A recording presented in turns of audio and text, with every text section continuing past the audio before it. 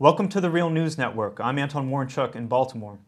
Hamas and Fatah have agreed to transfer administrative control of the Gaza Strip to the Fatah-led Palestinian Authority after a couple days of negotiations in Cairo. The decision comes about a month after a ceasefire was agreed between Gaza and Israel after the 50-day Israeli assault on the Gaza Strip, in which over 2,100 Palestinians, mostly civilians, and 72 Israelis, mostly soldiers, were killed. Meanwhile, PA President Mahmoud Abbas addressed the United Nations General Assembly, where he called Operation Protective Edge a, quote, genocidal crime, and made demands for a timeline requiring Israeli withdrawal from the West Bank to the 1967 borders. Joining us now to discuss all this is Ali Abunimah. Ali is the co-founder of the award-winning online publication, The Electronic Intifada, and author of One Country, A Bold Proposal to End the Israeli-Palestinian Impasse. His latest book is titled The Battle for Justice in Palestine. Thanks for joining us, Ali. Thank you, Anton. So, Ali, let's start off by getting your response to Mahmoud Abbas's comments to the UN General Assembly. Well, it was really a speech that was empty of any substantive content. There was some disappointment among Palestinians who expected him to announce some bold initiative.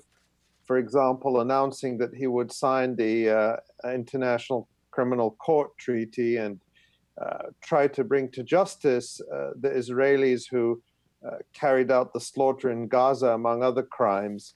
But he did nothing of that. All that he announced was another initiative to bring forward another UN resolution to add to the hundreds of UN resolutions gathering dust. So really, it was the speech of an individual who lacks legitimacy, lacks authority, and who has absolutely reached a political dead end. Yeah, I mean, a fundamental problem with that strategy that he announced seems to be that if he brought forth a UN resolution, that the U.S. could easily veto it. And it seems the more effective thing for him to do would be to go to the ICC to bring war crimes charges against Israel. Why wouldn't he do that?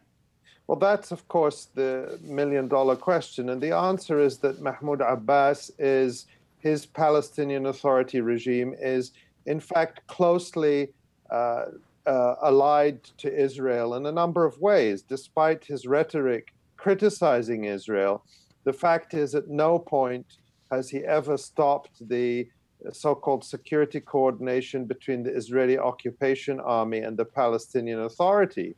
So while families were being slaughtered in Gaza, Mahmoud Abbas's security forces were continuing their routine cooperation with the Israeli Shin Bet security services and with the Israeli army in the West Bank.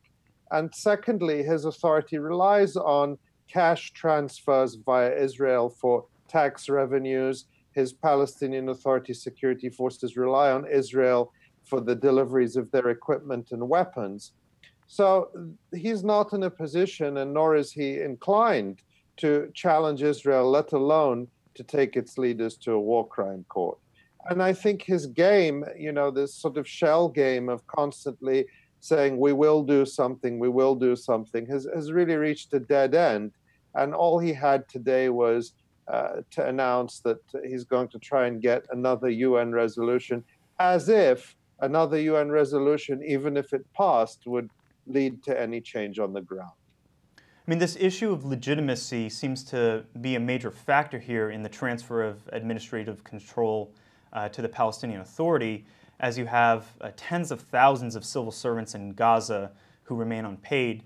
And as far as I understand, no referendums or no vote was allowed to Gazans on this decision to transfer administrative control.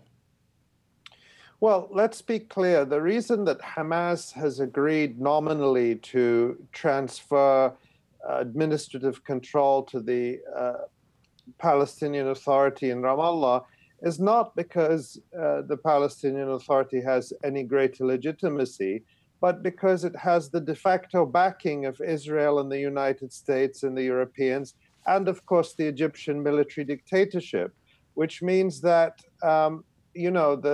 all of those forces that are ranked and lined up against the Palestinians and against particularly Hamas, have insisted that any reconstruction aid, any loosening of the Egyptian-Israeli siege on Gaza, one condition for that is that the Palestinian Authority of Mahmoud Abbas control the border crossings of Gaza. So in effect, Mahmoud Abbas and his forces would be acting as Israeli proxies to function as sort of Israel's presence on Gaza's borders. That's the only reason that Hamas would agree to this, but it's certainly not because of any greater political legitimacy that Abbas has. On the contrary, as a consequence of the resistances, and by resistance I mean all the factions that fought against Israel, not just Hamas,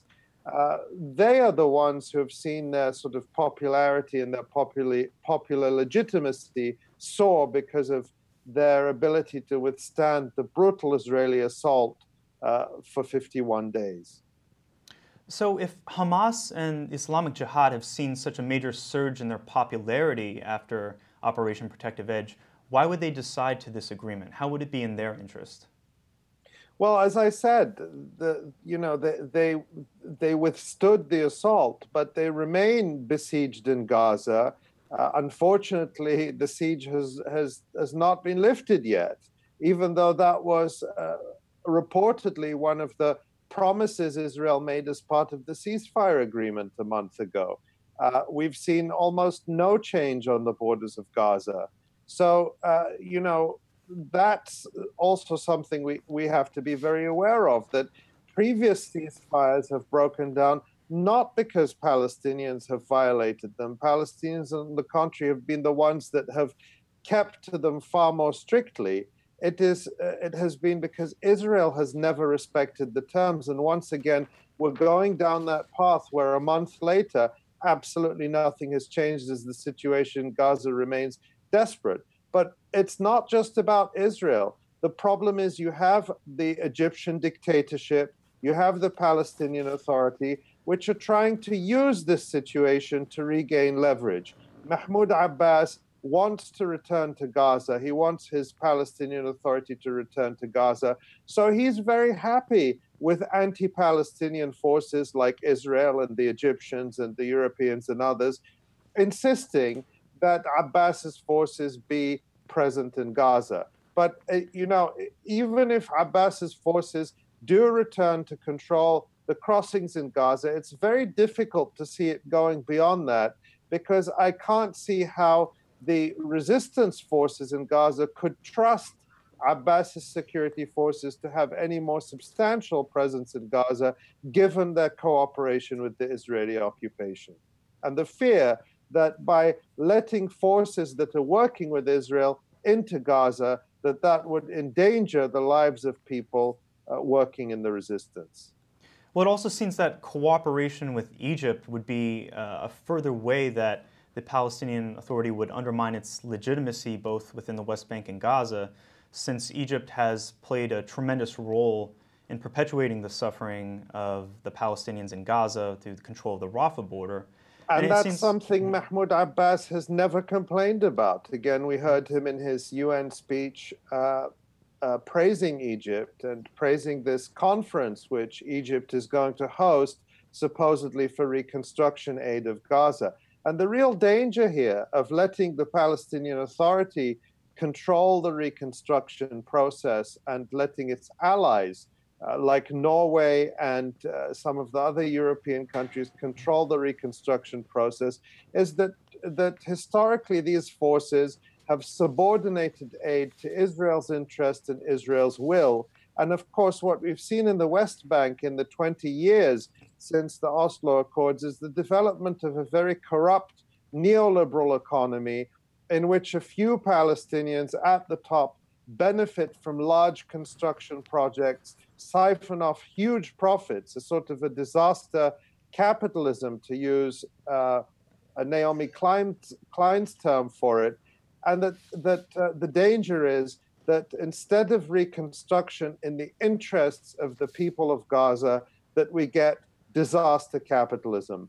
The people who should really be in control of reconstruction in Gaza are people in Gaza, the communities that have been destroyed, the families, the villages, the refugee camps. They should be the ones who determine how reconstruction is done, and it should be done in their interests and their interests alone.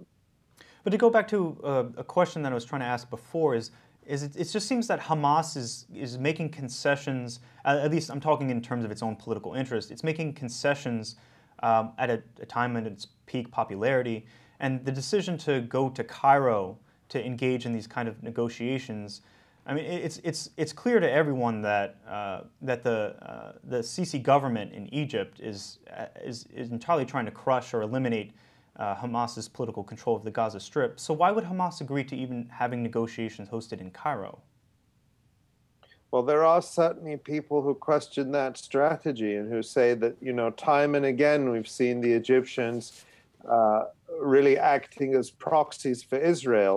And there are voices within Gaza and within Palestine more generally saying, don't go to Cairo. I suppose that the calculation that Hamas leaders and other resistance factions have made is that the ceasefire agreement did include agreement to go back to Cairo to negotiate the terms of a long-term truce. And I suppose they think that they have to follow through with that. But the real test of whether that strategy is the right one will be if these negotiations actually produce a lifting of the siege and the end to Egypt, Israel, the Palestinian Authority in Ramallah, the Europeans and the Americans. I mean, this is the so-called international community using Palestinian civilians in Gaza as hostages in their war against Hamas. Will they stop using humanitarian aid, stop using reconstruction as a political weapon, and allow Palestinians in Gaza to rebuild their lives, regardless of whether Hamas agrees to this or that Israeli or American or European condition? People in Gaza should be allowed to rebuild. It's a basic right. It shouldn't depend on whether the Egyptian dictator or the unelected Palestinian Authority leader or the European countries are happy with the platform of this or that Palestinian political party. All right, Ali Abunimah, co-founder of the Electronic Intifada, thank you so much for joining us. Thank you. And thank you for joining us on the Real News Network.